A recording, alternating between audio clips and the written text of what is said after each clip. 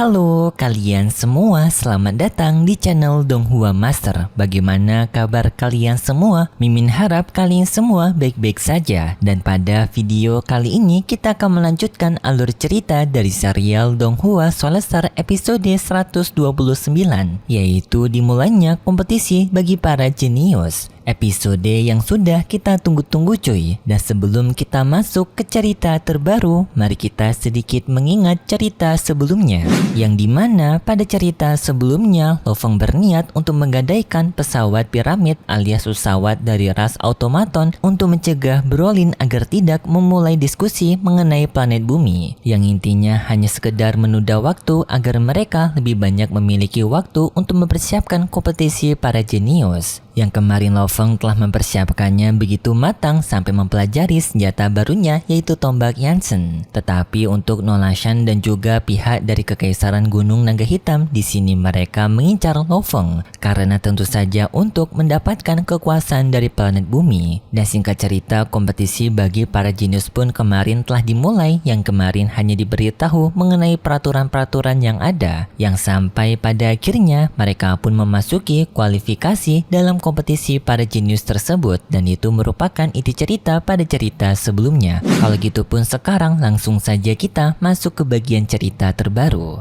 Cerita ini berlanjut dengan diperlihatkan Lo Feng yang telah memasuki arena pertempurannya, yang setibanya di sana Lo Feng langsung terjatuh karena ia sangat kaget betapa besarnya gaya gravitasi di tempat arena pertarungan ini, bahkan bisa ribuan kali lipat dari gravitasi bumi. Tetapi baru saja Lo Feng telah berada di tempat dari kompetisi ini, tiba-tiba saja adanya para pasukan lain yang sekarang mereka saling berkompetisi. Lo Feng pun dengan segera mencari tempat persembunyian untuk menganalisis terlebih dahulu. Di kompetisi tersebut terlihat adanya pertingkaian dari para jenius yang telah memasuki arena pertempuran juga. Dan Lo Feng mengetahui bahwasannya di tempat dari pelatihan ini kemungkinan ada 8,2 miliar para prajurit yang juga bersaing untuk bisa lolos. Dan dari 8,2 miliar tersebut kemungkinan banyak sekali para jenius yang memiliki kekuatan tidak bisa diduga. Jadinya Lo Feng harus berhati-hati untuk memilih lawannya.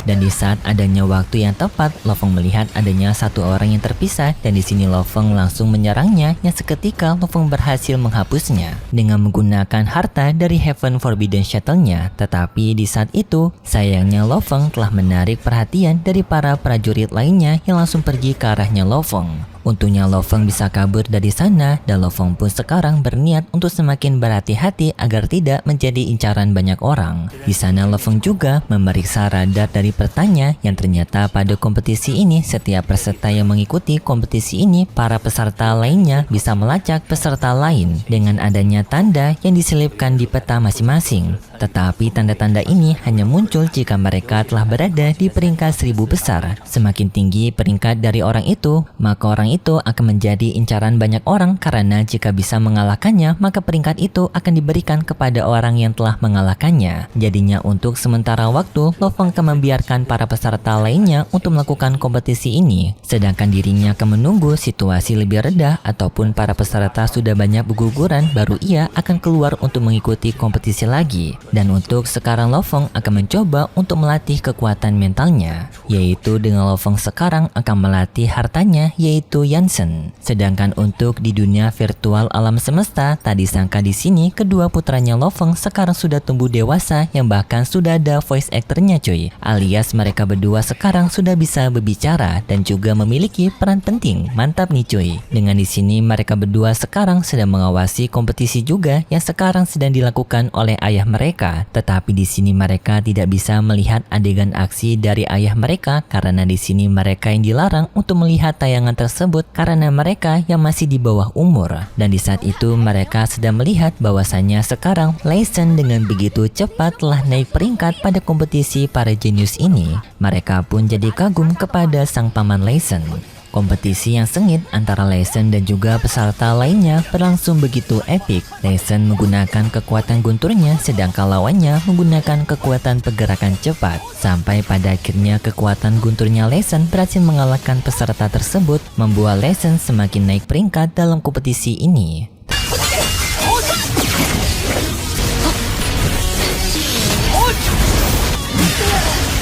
Tetapi berbeda Hong dan juga Lo Feng, di sini mereka berdua masih belum naik peringkat, yang mereka di sini masih berada di peringkat jutaan, yang hal ini pun sepertinya sang ayah dan juga paman Hong tidak akan bisa untuk lolos pada ujian ini. Tidak hanya itu, Baruko juga merasa khawatir kepada Lo Feng yang masih belum ada pergerakan. Tetapi untuk Hargrave yang melihat ini pun merasa begitu puas karena tak menyangka bahwasanya Lo Feng akan gugur dengan sendirinya tanpa harus mereka melakukan tindakan apapun untuk mencegah Lo Feng. Hargrave sangat puas tidak perlu mengambil tindakan apapun karena Lo Feng yang akan gugur sendiri karena tidak bisa mendapatkan peringkat. Sedangkan Nolashan ia berpikir berbeda. Di sini walaupun Lo Feng masih belum ada pergerakan, tetapi ia sadar bahwasanya ini bukanlah sesuatu yang bisa diremehkan karena kemampuan Lo Feng yang begitu misterius. Dan Nolashan masih tetap menginginkan para pasukannya untuk bisa menjatuhkan Lo Feng dengan cara apapun. Singkat cerita, 10 hari pun telah berlalu dan sekarang pelatihannya Lo Feng membuahkan hasil karena ia sekarang akhirnya telah mampu untuk menguasai perubahan pertama pada harta Yansen-nya. Tetapi Lo Feng juga merasa khawatir karena peringkatnya yang masih belum naik sejak pertama kali dirinya memasuki kompetisi ini. Sedangkan para jenius lainnya, mereka semua telah melangkah jauh menjauhi peringkatnya Lo Feng. Tetapi di saat itu, Lo Feng menyadari adanya kedatangan dari para pasukan yang mengincar dirinya. Ternyata benar dari luar terlihat adanya para pasukan keluarga Nolashan yang telah berhasil menemukan keberadaan Lo Feng. Hal ini pun membuat Lo Feng begitu puas karena kebetulan mereka ini memiliki poin yang cukup banyak. Artinya Lo Feng bisa mendapatkan poin mereka untuk mengejar ketinggalan. Lo Feng pun dengan segera melakukan pergerakan bertahan dan juga pergerakan mengcounter mereka. Lo Feng pun memulai kompetisi menghadapi mereka semua, yang di sini walaupun Lo Feng sendirian, hal ini bukanlah masalah bagi Lo Feng. Dengan harta dari Heaven Forbidden Shuttle-nya, ia mampu menghapuskan para kompetisi lainnya yang bahkan tanpa memerlukan usaha yang keras, mereka semua dapat dihapuskan oleh Lo Feng. Dan ada satu pasukan Nolashan yang berniat untuk kabur dari sana, tetapi Lo Feng tidak membiarkan hal itu. Sampai pada akhirnya harta dari Heaven Forbidden Shuttle mampu untuk menghapuskan orang tersebut.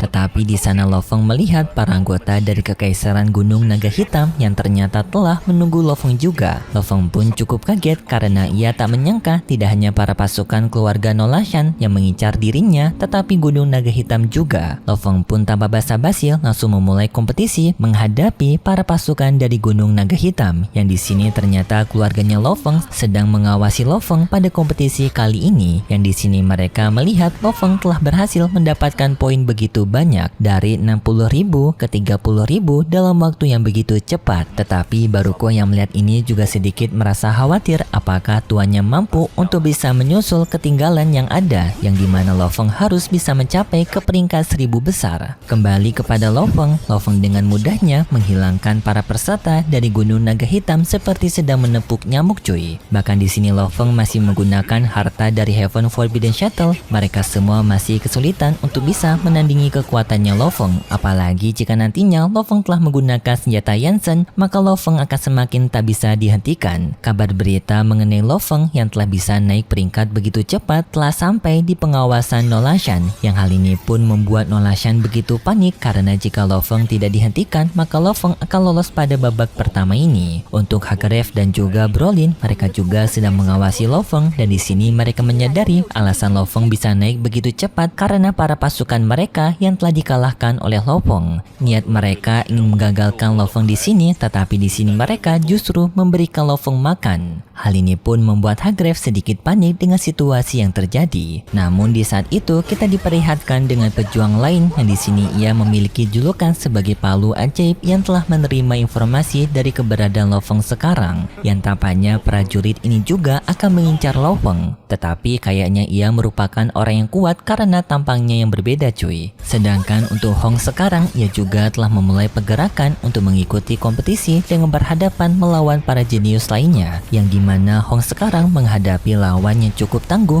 karena Hong telah menggunakan kekuatan domainnya, tetapi orang ini masih bisa mempersulitkan Hong. Sampai pada akhirnya Hong pun mengeluarkan serangan domainnya yang begitu besar sampai membuat perkuatan dari arena kompetisi tersebut menjadi hancur, yang sampai pada akhirnya Hong pun bisa mengalahkan si prajurit tersebut.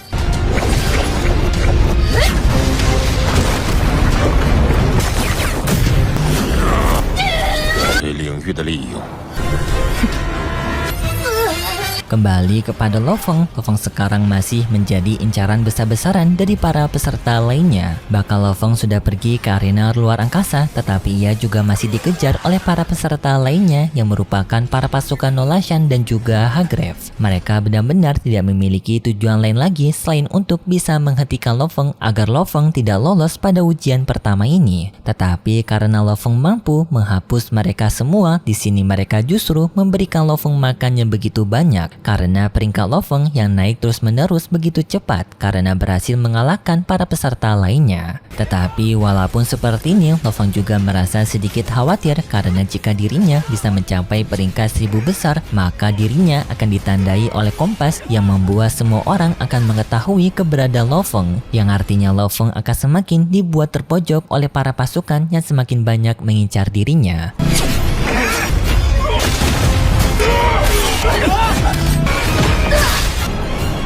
Tetapi di saat itu, pada radarnya Lo Feng bisa melihat adanya seseorang orang kuat yang juga memiliki tanda pada peta mengejar dirinya, yang dimana orang itu merupakan si palu ajaib sebelumnya. Lo Feng mencoba untuk menjaga jarak dari orang tersebut, tetapi orang itu malah justru menghentikan Lo Feng menggunakan palunya yang untungnya Lo Feng dapat menghindari serangan dari si palu ajaib. Lo Feng juga telah mengetahui si orang ini yang merupakan si palu ajaib.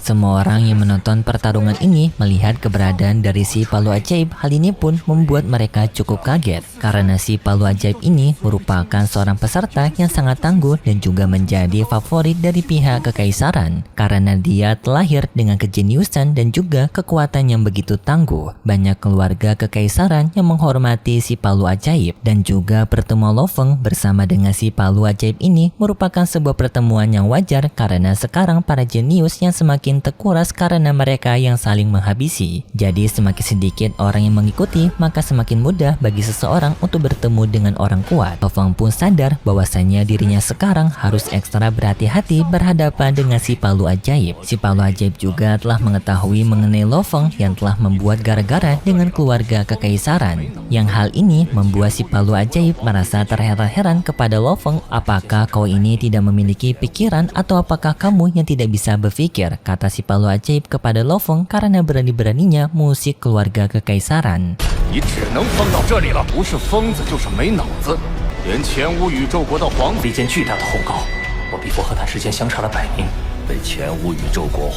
Tetapi sayangnya setelah itu alur cerita dari serial Donghua Solesar episode 129 bersambung cuy. Sangat disayangkan pada episode ini masih pertarungan antara Lo Feng melawan Kronco dan tiba telah bertemu dengan orang kuat. Episodenya malah berakhir cuy. Jadi untuk cerita selanjutnya sudah pasti Lo Feng akan berhadapan dengan si palu ajaib ini cuy. Tetapi dalam episode kali ini cukup mengejutkannya, kedua putranya Lo Feng ini sekarang sudah berbicara cuy, yang artinya kedua putranya Lo Feng sudah memiliki peran penting cuy, karena nantinya kedua putranya Lo Feng ini akan tumbuh menjadi orang yang sangat kuat, bahkan di suatu titik bisa menyamai ataupun melebihi kekuatan Lo Feng cuy. Jadi semakin menarik saja untuk episode selanjutnya. Kalau begitu pun kita akan bertemu lagi di episode selanjutnya di hari Senin malam minggu depan. Kalau gitu pun terima kasih buat kalian semua yang sudah menonton video ini sampai akhir. Jika kalian suka dengan video kali ini, bisa beri like serta subscribe dan sampai jumpa di video selanjutnya.